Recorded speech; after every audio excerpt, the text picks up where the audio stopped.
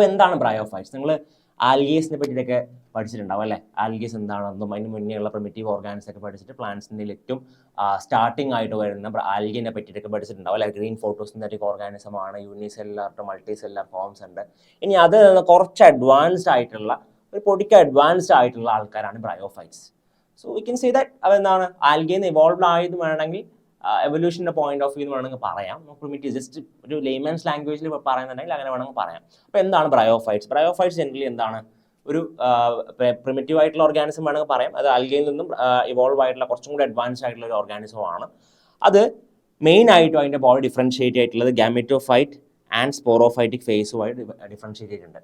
അതായത് പൊതുവേ നമ്മൾ ആൽഗേൻ്റെ കേസിലാണെങ്കിൽ ഗാമെറ്റോഫൈറ്റ് ആണ് കൂടുതലുള്ളതെന്ന് പറഞ്ഞിട്ടുണ്ട്. പക്ഷേ ഇവിടെ നമ്മൾ സ്പോറോഫൈറ്റിക് ഫേസും കൂടി കാര്യമായിട്ട് വരുന്നുണ്ട് ബ്രയോഫൈറ്റ്സിൻ്റെ കേസിൽ. ഓക്കെ, പക്ഷേ നോക്കിക്കഴിഞ്ഞാൽ the gametophytic phase is predominant and ഇക്കോളജിയിൽ പെർസിസ്റ്റന്റ്. ഗാമെറ്റോഫൈറ്റിക് ഫേസ് ആണ് ഏറ്റവും പ്രിഡോമിനന്റ് ആയിട്ട് പിന്നെ വരുന്നത് ഏതിൻ്റെ കേസിൽ? ബ്രയോഫൈറ്റ്സിൻ്റെ കേസിൽ.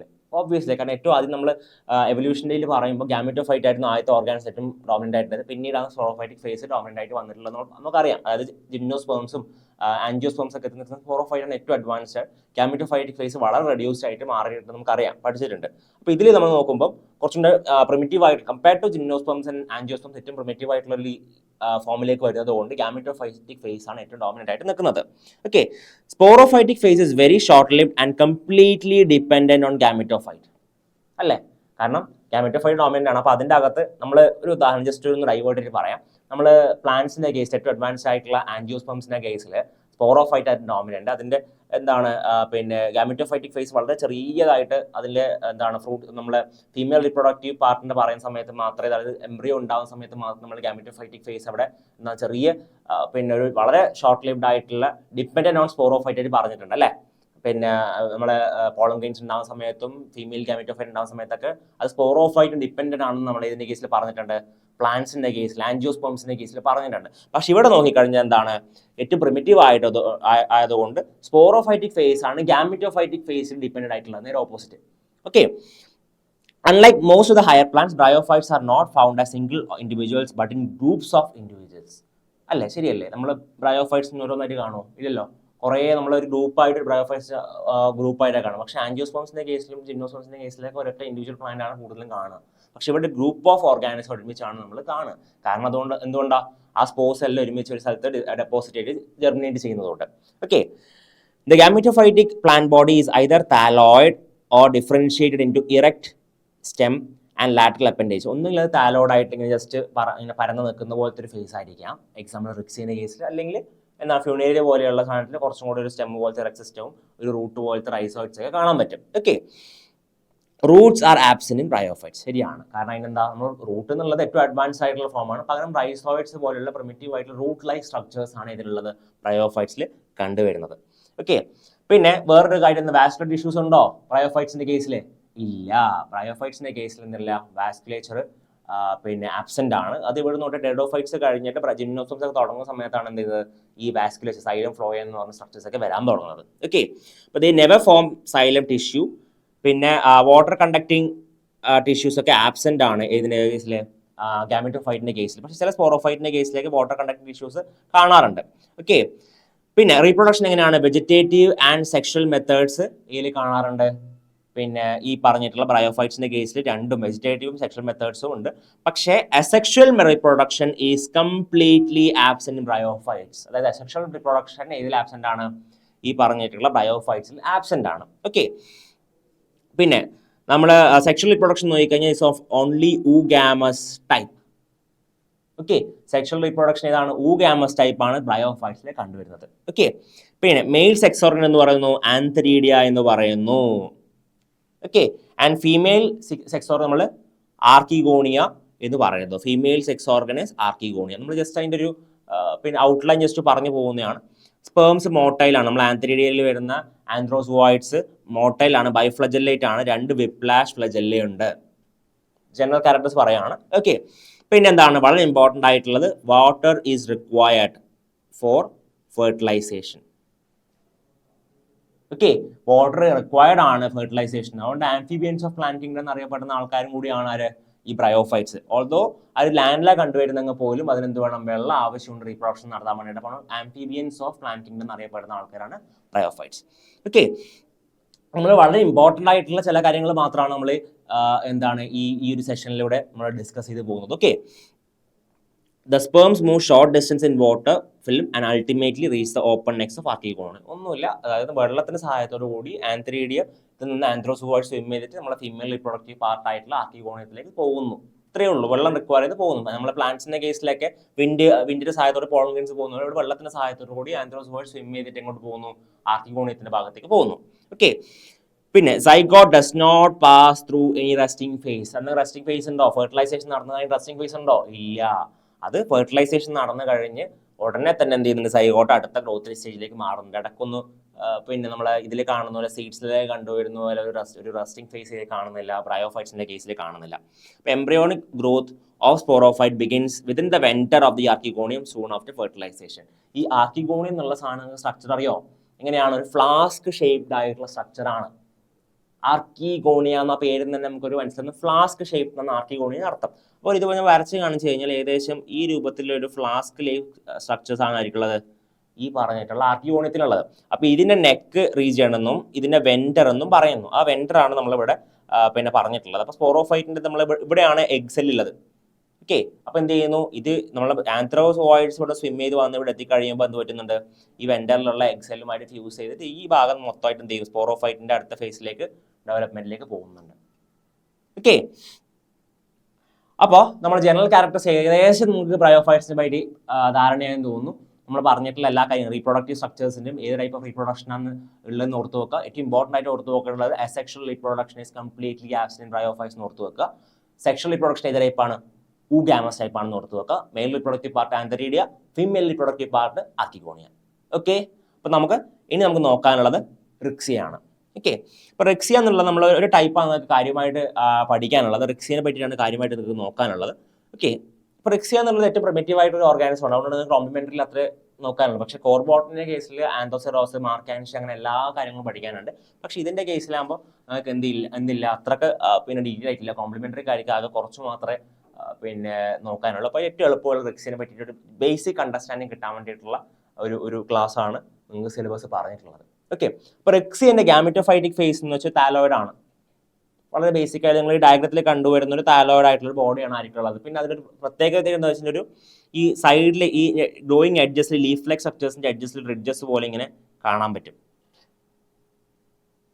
ഓക്കെ, ഇത് റിക്സിൻ്റെ മാത്രം കണ്ടുവരുന്ന പ്രത്യേക ഒരു ഐഡന്റിഫൈങ് ഫീച്ചറാണ്. നമ്മൾ കാണുമ്പോൾ ഇത് റിക്സിയാണെന്ന് പെട്ടെന്ന് മനസ്സിലാക്കാനൊരു ഐഡന്റിഫൈങ് ഫീച്ചറാണ്. ഓക്കെ, അത് നോക്കിക്കഴിഞ്ഞാൽ നമ്മൾ ജസ്റ്റ് റിക്സിയൻ്റെ മോർഫോളജിയിലേക്ക് വന്നു കഴിഞ്ഞാൽ ഗാമിറ്റോഫൈറ്റിക് ഫേസിലേക്ക് വന്നു കഴിഞ്ഞാൽ the plant body of Riccia is gametophytic. ശരിയാണ്, നമ്മൾ എന്താ പറഞ്ഞിട്ടുണ്ട്, ഗാമിറ്റോഫൈറ്റിക് ഏറ്റവും ഡോമിനന്റ് ആയിട്ടുള്ളത്.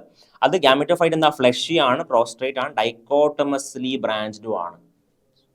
അറ്റങ്ങളിൽ രണ്ട് ബ്രാഞ്ച് ആയിട്ട് ഡൈവേർട്ട് ചെയ്ത് പോകുന്ന പോലെ കാണാം. അപ്പം ഡൈക്കോട്ടമസ്ലി ബ്രാഞ്ച്ഡ് ആണ്.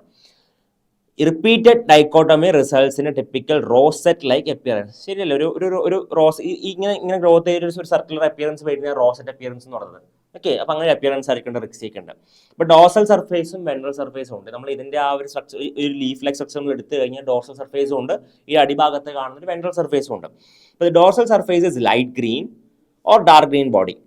ഓക്കെ, ഒരു തിക്ക് മിഡ്രിബ് കാണാം. ഓക്കെ, വെൻട്രൽ സർഫേസ് നോക്കിക്കഴിഞ്ഞാലോ അതിൻ്റെ അടിയിൽ ഈ നമ്മൾ ഈ പറഞ്ഞിട്ടുള്ള മേലെ ഭാഗത്തിന് താഴെ ഭാഗത്ത് നോക്കിക്കഴിഞ്ഞാൽ കുറേ റൂട്ട്സ് പോലെയുള്ള റൈസോയിഡ്സ് പോലെയുള്ള സ്ട്രക്ചേഴ്സ് കാണാം. So ventral surface of thallus bears many scales and rhizoids. കുറേ സ്കെയിൽസും അതുപോലെ തന്നെ റൈസോയിഡ്സും താഴെ ഭാഗത്ത് കാണാം. മേൽഭാഗം അത്ര കാണില്ല, താഴെ ഭാഗത്താണുള്ളത്. എന്തുകൊണ്ടായിരിക്കും? കാരണം ഇത് നമ്മൾ ആ സബ്സ്ട്രേറ്റുമായിട്ട് അറ്റാച്ച് ചെയ്യാൻ വേണ്ടി ഹെൽപ്പ് ചെയ്യാൻ വേണ്ടിയിട്ടാണ് എന്ത് ചെയ്യുന്നത്, ഈ പറഞ്ഞിട്ടുള്ള റൂട്ട്സും റൂട്ട്സ് അല്ല റൈസോയിഡ്സും സ്കെയിൽസും കാണുന്നത്. ഓക്കെ, അപ്പോൾ നമ്മൾ ജസ്റ്റ് വരച്ച് കാണിച്ചു കഴിഞ്ഞാൽ ഇതിൻ്റെ മേൽഭാഗത്തൊന്നും ഉണ്ടാവില്ല, പക്ഷെ താഴെ ഭാഗത്ത് സ്കെയിൽസും റൈസോയിഡ്സും ഇതുപോലെ കാണാൻ പറ്റും. ഓക്കെ, പിന്നെ സ്കെയിൽസിൻ്റെ കളർ നോക്കിക്കഴിഞ്ഞാൽ വയലറ്റ് കളർ ഉണ്ടാവും. അതൊരു ഡിസ്റ്റിങ്വിഷിംഗ് ഫീച്ചറാണ്. ഒരു വയലറ്റ് കളർ സ്കെയിൽസ് ആണ് ഇതിന് താഴെ കാണാൻ പറ്റുക.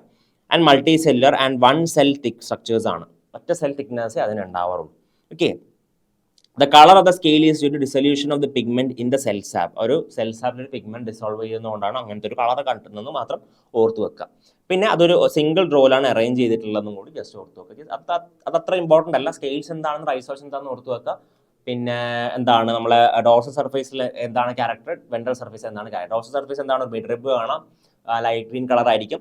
പിന്നെ താഴെ ഭാഗത്ത് നോക്കിക്കഴിഞ്ഞാൽ എന്തുണ്ട്, അത് വെൻട്രൽ സർഫേസ് നോക്കിക്കഴിഞ്ഞാൽ സ്കെയിൽസും റൈസോയിഡ്സും കാണാൻ പറ്റും. അത്രയും ജസ്റ്റ് ഓർത്ത് വെച്ചാൽ മതി. ഇനി 2 ടൈപ്സ് ഓഫ് റൈസോയിഡ്സ് ആയിരിക്കുന്നുണ്ട് ഈ പറഞ്ഞിട്ടുള്ള റെക്സിയൊക്കെ ഉണ്ട്. ഓക്കെ, ഒന്ന് സ്മൂത്ത് വോൾഡ് റൈസോയിഡ്സും മറ്റേ ട്യൂബർക്യുലേറ്റ് റൈസോയിഡ്സും. എന്താണ് രണ്ട് ചിത്രം കണ്ടു കഴിഞ്ഞാൽ നമുക്ക് നോക്കാം. നിങ്ങൾക്ക് ഈ ചിത്രം ക്ലാരിറ്റി ഉണ്ടോ എന്ന് അറിയില്ല, പക്ഷെ ഇതിൽ നോക്കിക്കഴിഞ്ഞാൽ ഇങ്ങനെ ഇടയ്ക്കിടയ്ക്ക് കുറേ ഒരു ഗ്രൂവ്സ് പോലെ കാണുന്നുണ്ടോ? ഞാൻ വരച്ച ഭാഗം ജസ്റ്റ് നോക്കി നോക്കുക. ഇങ്ങനെ ഗ്രൂവ്സ് പോലെ കാണുന്നതിനാണ് അങ്ങനെയുള്ള റൈസോയിഡ്സ് നമ്മളെന്ന് പറയാം ട്യൂബർക്യുലേറ്റ് റൈസോയിഡ്സ് എന്ന് പറയാം. നേരെ മറിച്ച് രണ്ടാമത് ഇവിടെ കാണുന്നതിൽ അങ്ങനത്തെ ഗ്രൂവ്സ് ഒന്നും കാണാനില്ല. ജസ്റ്റ് വളരെ പ്ലെയിൻ ആയിട്ടുള്ള ഒരു ഔട്ട്ലൈൻ ആണ് കൊടുത്തിട്ടുള്ളത്. And that is the smooth walled rhizoids. അപ്പോൾ ജസ്റ്റ് നമ്മൾ പുറമേ നിന്ന് കാണുമ്പം വലിയ ഡിസ്റ്റിങ്ഷൻ ഫീച്ചേഴ്സ് അത്ര നോട്ടബിൾ ആയില്ല. പക്ഷേ നമ്മൾ ഭയങ്കര മൈക്രോസ്കോപ്പിൽ നോക്കിക്കഴിഞ്ഞാൽ ഒന്നിൻ്റെ ഉള്ളിൽ ഇങ്ങനെ ഒരു ഗ്രൂവ്സ് പോലെ കാണാൻ പറ്റും. അതിനെയാണ് ട്യൂബർക്യുലേറ്റ് റൈസോയിഡ്സ് എന്ന് പറയുന്നു. മറ്റേത് വളരെ സ്മൂത്ത് ആയിട്ടൊരു വോളാണ്, അതിനെ സ്മൂത്ത് വോൾഡ് റൈസോയിഡ്സ് എന്ന് പറയും. പേരിൽ തന്നെ വളരെ എവിഡന്റ് ആയിട്ട് മനസ്സിലാവുന്ന 2 കാര്യങ്ങളാണ് ഈ 2 type of rhizoids.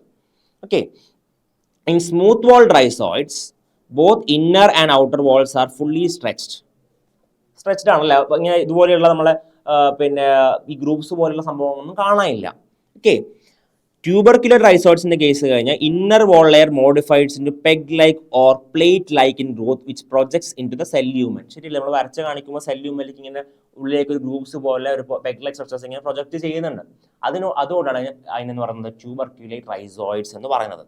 Okay, the main function of rhizoids എന്തായിരിക്കും? അപ്പോൾ ഓബ്വിയസ്ലി റൂട്ടിന്റെ എന്താണ് റൂട്ടിന്റെ ഫംഗ്ഷൻ? അത് തന്നെയാണ് മേജർ ഫംഗ്ഷൻ വരുന്നത്. To anchor the thallus on substratum and absorb water and minerals from the soil. Root പോലത്തെ ഒരു അനാറ്റമി അതിനില്ലാന്നേ ഉള്ളൂ, പക്ഷെ ഫംഗ്ഷൻസ് അതുകൊണ്ട് തന്നെ വരുന്നതാണ്. അനാറ്റമിയിൽ വ്യത്യാസമുള്ളത് കൊണ്ടും പ്രിമിറ്റീവ് ആയതുകൊണ്ടും മാത്രം റൂട്ട് എന്ന് വിളിക്കുന്നില്ല, പകരം റൈസോയിഡ്സ് എന്ന് വിളിക്കുന്നു. ക്ലിയർ ആണോ?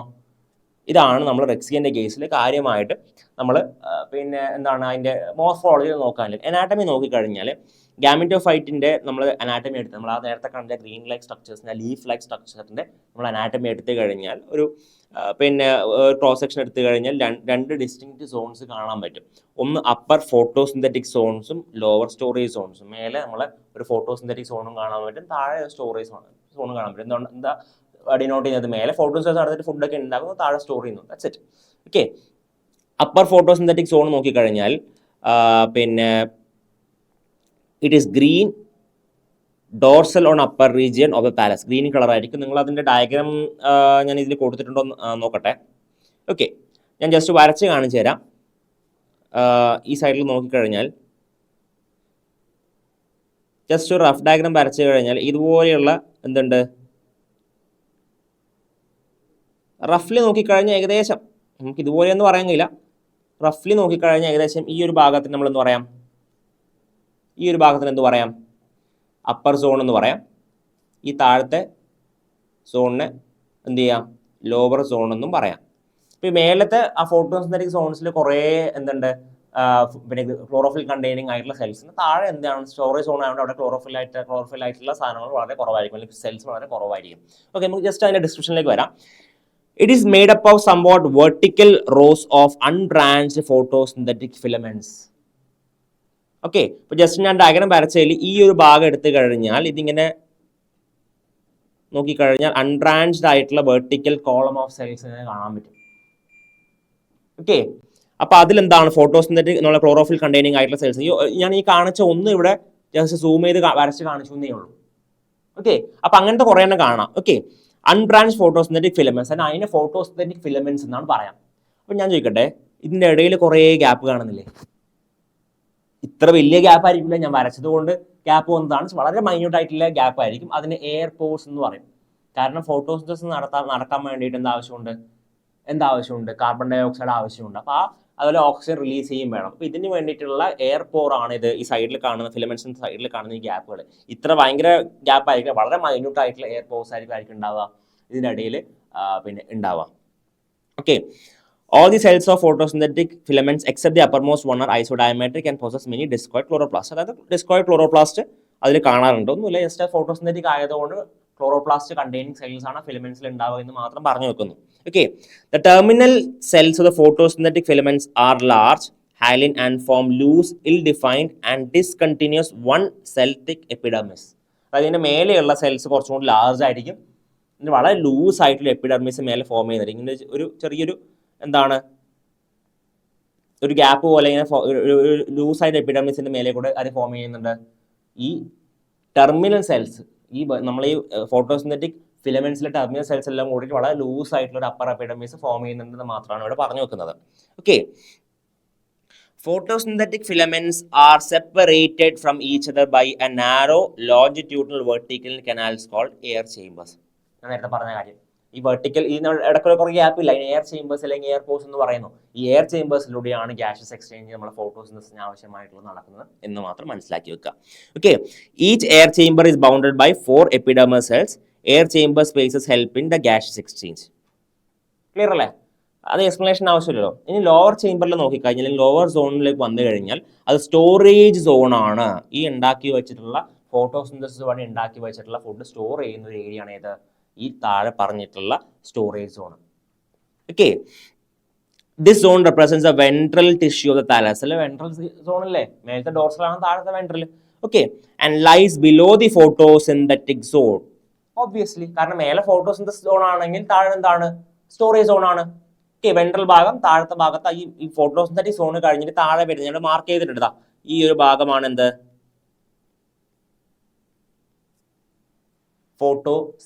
സ്റ്റോറേജ് സോൺ ആയിട്ട് വരുന്നത്. ഫോട്ടോസിന്തറ്റിക് സോണിന്റെ തൊട്ട് താഴെ വരുന്ന സ്റ്റോറേജ് സോൺ ആയിട്ട് വരുന്നത്. Okay, it consist of compactly arranged പാരൻകൈമാറ്റസ് cells. വളരെ കോമ്പാക്ട്ലി അറേഞ്ച്ഡ് ആയിട്ടുള്ള, കാരണം ഇതിൽ ഗ്യാപ്പിന്റെ ആവശ്യമില്ല, സ്റ്റോറേജ് സോൺ ആണ്. അപ്പം വളരെ കോമ്പാക്ട്ലി അറേഞ്ച്ഡ് ആയിട്ടുള്ള പാരൻകൈമാറ്റസ് സെൽസ് കണ്ടുവരുന്ന ഒരു ഏരിയ ആണ് ഏത്, ഈ പറഞ്ഞിട്ടുള്ള സ്റ്റോറേജ് സോൺ. ദീ cells are devoid of chlorophyll. ആവശ്യമുണ്ടോ സ്റ്റോറേജ് സോൺസിന്? ക്ലോറോഫിലിന്റെ ആവശ്യമുണ്ടോ? ഇല്ല, കാരണം അവിടെ സ്റ്റോറേജ് ആണ്. ക്ലോറോഫിൽ വരുന്നത് എന്താണ്, ഫോട്ടോസിന്തറ്റിക് ആയിരിക്കണം. ഇവരെ ഫംഗ്ഷൻ എന്താണ് കൃത്യമായിട്ട് പറഞ്ഞിട്ടുണ്ട്, ഫുഡ് സ്റ്റോർ ചെയ്ത് വെക്കുക. So they do not need chlorophyll. And contains starch as reserve food materials. ഉറപ്പല്ലേ, ഫുഡ് നമ്മൾ സ്റ്റോർ ചെയ്ത് വെക്കുന്നത് സ്റ്റാർച്ചിന്റെ രൂപത്തിലാണ്, സ്റ്റോറേജ് ഫോമാണ്. കാർബോഹൈഡ്രേറ്റിന്റെ സ്റ്റോറേജ് ഫോമാണ് സ്റ്റാർച്ച് എന്ന് പറയും. അപ്പോൾ ഒരു സ്റ്റാർച്ച് ഗ്രാന്യൂൾസ് ആയിട്ട് അല്ലെങ്കിൽ ആണ് നമ്മൾ ഈ സ്റ്റോറേജ് സോണിൽ സ്റ്റോർ ചെയ്ത് വെക്കുന്നത്. The lower most cell layers of the zone forms the lower epidermis. അതായത് ഈ താഴത്തെ ഭാഗം, ഈ ഞാൻ ഈ മാർക്ക് ചെയ്ത് താഴത്തെ ഭാഗം എന്താണ്, ഓക്കെ, ഈ താഴത്തെ ഭാഗം എന്താകുന്നുണ്ട്, എപ്പിഡെർമിസ്, ലോവർ എപ്പിഡെർമിസ് ആയിട്ട് ഫോം ചെയ്യുന്നത്. മേലത്തെ എപ്പിഡെർമിസ് ഫോം ചെയ്യുന്നത് ഫോട്ടോസിന്തറ്റിക് സോൺ ആണ്, അല്ലെങ്കിൽ അപ്പർ സോൺ ആണ്, അല്ലെങ്കിൽ ഡോർസൽ സോൺ ആണ് ഫോം ചെയ്യുന്നത്. താഴത്തെ ഞാൻ റെഡും കൊണ്ട് മാർക്ക് ചെയ്തിട്ടുള്ള സോൺ ഫോം ചെയ്യുന്നത് ലോവർ, നമ്മുടെ സ്റ്റോറേജ് സോൺ ആണ് ലോവർ എപ്പിഡെർമിസ് ഫോം ചെയ്യുന്നത്. Okay, some cells of the lower epidermis extend to form scales and both type of rhizoids. Obviously, കാരണം താഴെ ഭാഗത്ത് അറ്റാച്ച് ചെയ്യാൻ വേണ്ടിയിട്ട് റൈസോയിഡ്സും സ്കെയിൽസും വേണം. അത് ഫോം ചെയ്ത് എവിടെ നിന്നായിരിക്കും, മേലിൽ നിന്ന് ഫോം ചെയ്ത് കാര്യമുണ്ടോ?